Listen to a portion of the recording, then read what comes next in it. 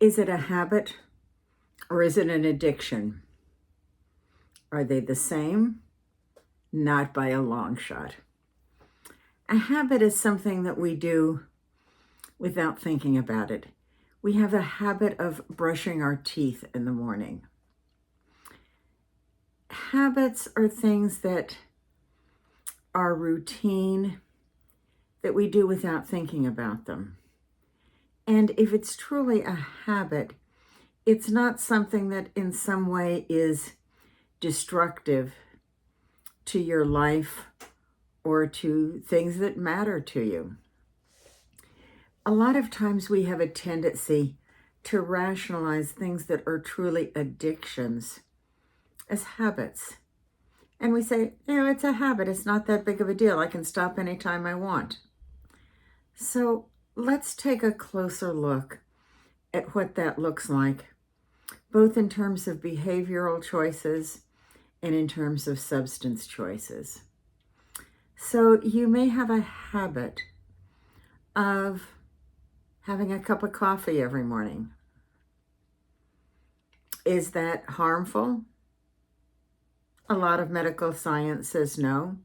Some says, yeah, it's not that good of an idea. And it may in part depend on medical conditions that you're dealing with. Somebody else may say, hey, it's a long day. I have a couple of beers when I get home at night. It's a habit. It's not that big of a deal. I can stop anytime. So here's the question. If you want to know if it's truly a habit or if it's an addiction, try going for a month without having a beer when you get home at night. Or whatever it is that you are calling a habit that you could stop at any time. I'm going to use beer as an example here. It's convenient. Having a couple of beers every night may limit the quality of your interaction with your family. It may set an example for your children that when you're stressed, have a beer or two or three. Is that really the lesson that you want to teach your children? Maybe there's a better way to teach them about how to deal with stress. There's a lot of people that like going to the casino. They have some great shows at the casino. And one of the reasons they have great shows at the casinos is they want you to get you into the casino. And so you're there. And you're going to just spend a little bit of time at the craps table. You're going to play the one-armed bandit for a half hour.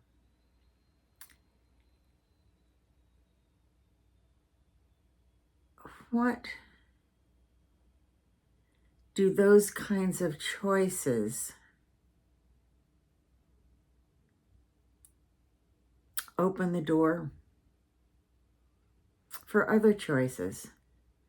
So let's just say for argument's purposes that you go to the casino for the show and then you set yourself a $20 limit and you're going to play the one-armed bandit and see how far your $20 goes. And it goes. And, you keep hitting jackpots. And the next thing you know, you've got $100. Do you walk away? Or do you start putting the $100 back into the machine? And when the machine has eaten your $100, do you figure that you're really due for another jackpot, so you pull another $20 out of your wallet?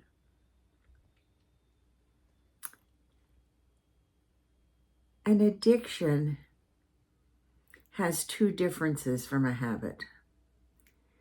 A habit is something that is kind of automatic, that we can change anytime we want. So for example, if I have a habit to get up and brush my teeth first thing in the morning, and I decide, no, I want to wait until after I've had breakfast to brush my teeth. And I make that habit or make that change. it's not a big deal. It's something that I can do, and I have a new habit in a couple of weeks, and it's all good. But if I have a habit of doing something where it's controlling me, where maybe, very honestly, one of my primary addiction is chocolate. If I were to go for a month without eating a piece of chocolate or anything else that was chocolate, I could reasonably say that I have a habit of liking chocolate. The chances of me going a month without eating a piece of chocolate and being remotely close to sane is a pipe dream. That's an addiction. An addiction is something that singularly by itself may not seem to be that big of a deal. But it becomes so all-consuming that it controls us rather than us controlling it. So what do you do when you find that something that you think was a harmless habit is really kind of an addiction, and it's affecting your life and your relationships in ways that you don't want to see happen? Let's go back to where addiction comes from. In the vast majority of instances, addiction comes as anesthesia to pain. It frequently starts in childhood, but it can also start later in life. And when it starts later in life, it's frequently a second or a third addiction. But let's take a look. Nobody wants to be in pain. I don't care if it's physical pain or if it's emotional pain, whatever it is, nobody wants to be in pain. So if we can't figure out a way to have the pain go away, we look for anesthesia for pain. If you have some sort of chronic pain, you may have a prescription that your doctor has given you to anesthetize yourself to the pain so that it doesn't impede your ability to function.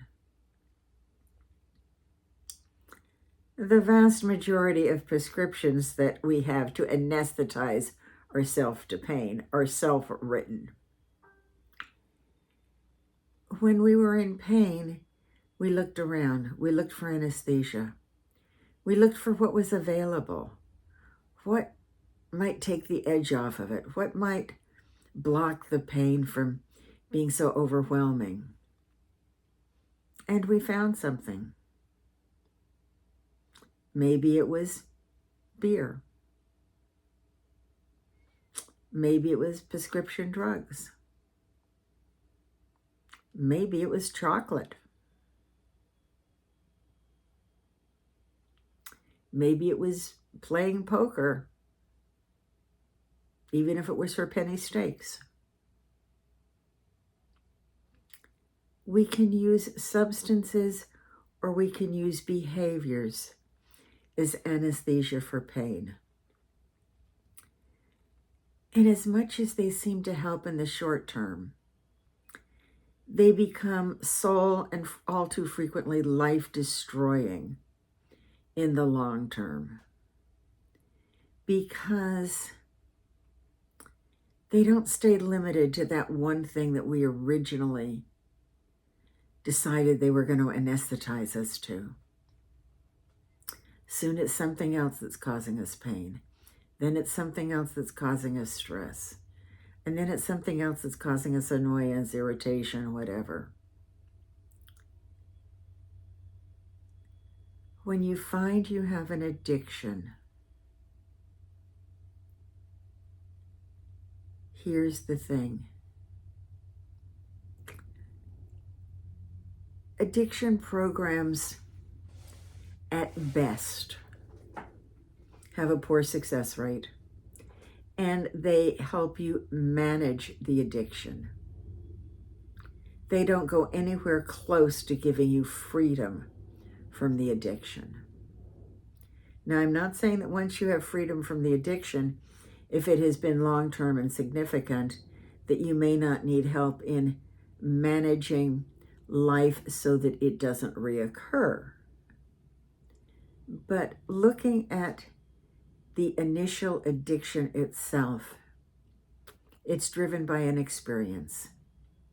It's driven by pain. It's a way of looking for anesthesia to pain. So how do we break the grips of addiction? We address the underlying pain. That's what I do for people. I grew up in pain that was destroying my soul. There was no place for me to turn. There were no resources. Nobody talked about incest or the sexual abuse of children way back in the dark ages when I was a kid.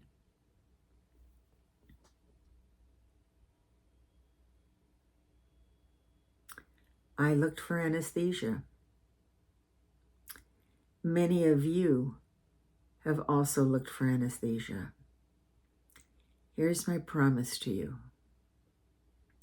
You can break the links that drive the addiction when you cure the pain that triggered it to begin with.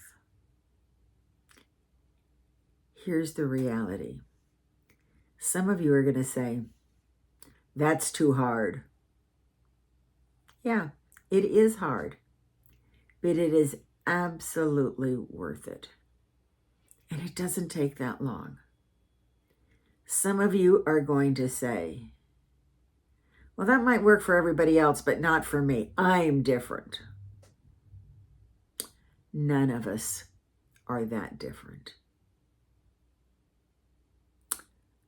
What I absolutely want you to take away from these few minutes that we have spent together is the knowledge that whatever it is, the burdens that you are carrying that are making you vulnerable to addiction, and be honest with yourself about whether it's a habit or whether it's an addiction. And if you say it's a habit, try changing it for a month. If you're able to change it without any problem, you're right, it's a habit. If you find that trying to go without whatever that is for a month creates stress and all sorts of other negative emotions, it's an addiction. It is controlling you. And none of us want to be controlled by someone or something else. So exercise the greatest freedom that you have in this world, and that's your freedom to choose. To choose who you are, to choose where you're going, to choose who you're becoming, and to choose to break free from whatever is driving addiction in your life.